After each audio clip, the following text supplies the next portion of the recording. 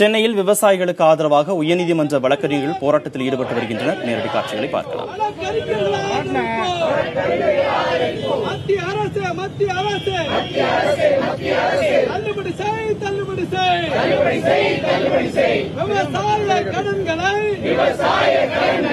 உடனடியாக தள்ளுபடி செய்.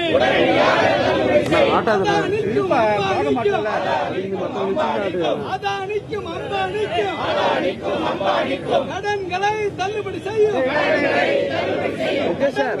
தள்ளுபடி செய்யும். மத்திய அரசு, மோடி அரசு விவசாயிகளுக்கு ஆதரவாக உயர்நீதிமன்ற வழக்கறிஞர்கள் போராட்டத்தில் ஈடுபட்டு வருகிறார்கள். இது தொடர்பான கூடுதல் விவரங்களை செய்தியாளர் முகேஷிடம் கேட்கலாம். முகேஷ், தற்பொழுது வழக்கறிஞர்கள் போராட்டத்தில் ஈடுபட்டு வருகிறார்கள். என்னென்ன கோரிக்கைகள் எல்லாம் அவர்கள் முன்வைக்கிறார்கள்? இப்ப பாத்தீங்கன்னா சென்னை உயர்நீதிமன்றத்தில் இருக்கிற பல வழக்கறிஞர் சங்கங்கள் கிட்டத்தட்ட 7க்கும் மேற்பட்ட வழக்கறிஞர் சங்கங்கள் ஒருங்கிணைந்து ஒரு கூட்டு ஆர்ப்பாட்டமாக நடத்தி கொண்டிருக்கிறாங்க. வழக்கமாக உணவு இடைவெளியில் நடைபெறும் இந்த ஆர்ப்பாட்டம் இன்றைக்கொன்று பல வழக்கறிஞர்கள் கலந்து கொண்டிருக்காங்க. இவங்க முக்கியமான கோரிக்கை என்னன்னா, 20 நாட்களாக டெல்லியில் போராடி வரும் விவசாயிகளின் கோரிக்கைகளை மத்திய அரசு உடனடியாக நிறைவேற்ற வேண்டும். காவிரி மேலாண்மை வாரியத்தை உடனடியாக அகற்ற வேண்டும். நதிகள் தேசிய நதிகளை மாநில நதிகளுடன் இணைக்க வேண்டும் உள்ளிட்ட கோரிக்கைகளை வலியுறுத்தியிருக்காங்க. இது மட்டும் இல்லாம இன்று உயர்நீதிமன்ற உத்தரவிட்டபடி பயிர்க்கடன்களை தள்ளுபடி செய்ய வேண்டும் என்ற ஒரு உத்தரவு பிறப்பித்திருக்கு. அதன் அடிப்படையில் அனைத்து கடன்களையும் தள்ளுபடி செய்ய வேண்டும் என்றும் இந்த கோரிக்கையை வச்சு போராடிட்டு கொண்டிருக்கிறாங்க. தற்போது சென்னை உயர்நீதிமன்ற வழக்கறிஞர்கள் சங்கம் சார்பாக அதன் தலைவர் மோகனகிருஷ்ணன் பேட்டியளிக்கிறார். இந்த பேட்டியளிக்குள்ள இந்த போராட்டத்தில் பெண் வழக்கறிஞர் சங்கம், லா அசோசியேஷன் உள்ளிட்ட சங்கங்கள் இன்றைய போராட்டத்தில் ஆர்ப்பாட்டத்தில் கலந்து கொண்டிருக்கிறாங்க. முகேஷ், இது மதிய உணவு இடைவெளியின் போது மட்டும் நடக்குமா அல்லது பணி புறக்கணிப்பின் அடிப்படையில் இன்று மாலை வரைக்கும் நடப்பதற்கான வாய்ப்புகள் இருக்கிறதா? பணி புறக்கணிப்பு தொடர்பாக இதுவரை இந்த விவசாயிகள் விவகாரத்தில் எந்த ஒரு முடிவும் எடுக்கல. வழக்கமாக முதல்கட்டமாக உணவு இடைவேளை போராட்டத்தை தான் முதல்கட்டமாக தொடருவாங்க. அந்த இதுல கோரிக்கை நிறைவேற்றப்படாத பட்சத்தில் தமிழக அரசு மத்திய அரசு மனுவாக கொடுப்பார்கள்.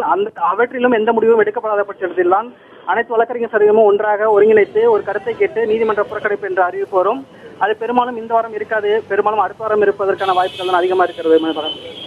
முகேஷ், தொடர்ச்சியாக டெல்லியில் போராடி வரும் தமிழக விவசாயிகளுக்கு ஆதரவாக தமிழகத்தின் பல்வேறு பகுதிகளில் மாணவர்கள், இளைஞர்கள் என பலரும் ஈடுபட்டு வருகிறார்கள். வழக்கறிஞர்களும் தற்போது போராட்டத்தில் ஈடுபட்டு வருகிறார்கள். இந்த போராட்டம் எந்த அளவிற்கு முக்கியத்துவம்? 21 நாட்களாக வழக்கறிஞர் விவசாயிகளுக்கு பல உதவிகள் செய்ய முடியும் அப்படின்னு சொல்லி ஏற்கனவே அறிவிச்சிருந்தாங்க. ஏதாச்சும் சட்ட ரீதியான உதவிகள் தேவைப்பட்டாங்க என்ன நேரத்தில் உதவ தயாராக இருப்பதாகவும் அதை இலவசமாக. முகேஷ், இணைப்பில் இருங்கள், நம்ம தொடர்ந்து பேசலாம். முன்பாக வழக்கறிஞர் செய்தியாளர்களை சந்தித்து வருகிறார்கள், பார்க்கலாம்.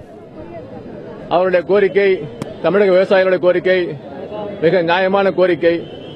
அவருடைய கோரிக்கையானது விவசாய கடன்களை தள்ளுபடி செய்ய வேண்டும்.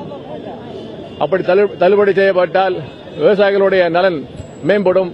ஏராளமான விவசாயிகள் தமிழகத்திலே தற்கொலை செய்து கொண்டிருக்கின்றார்கள்.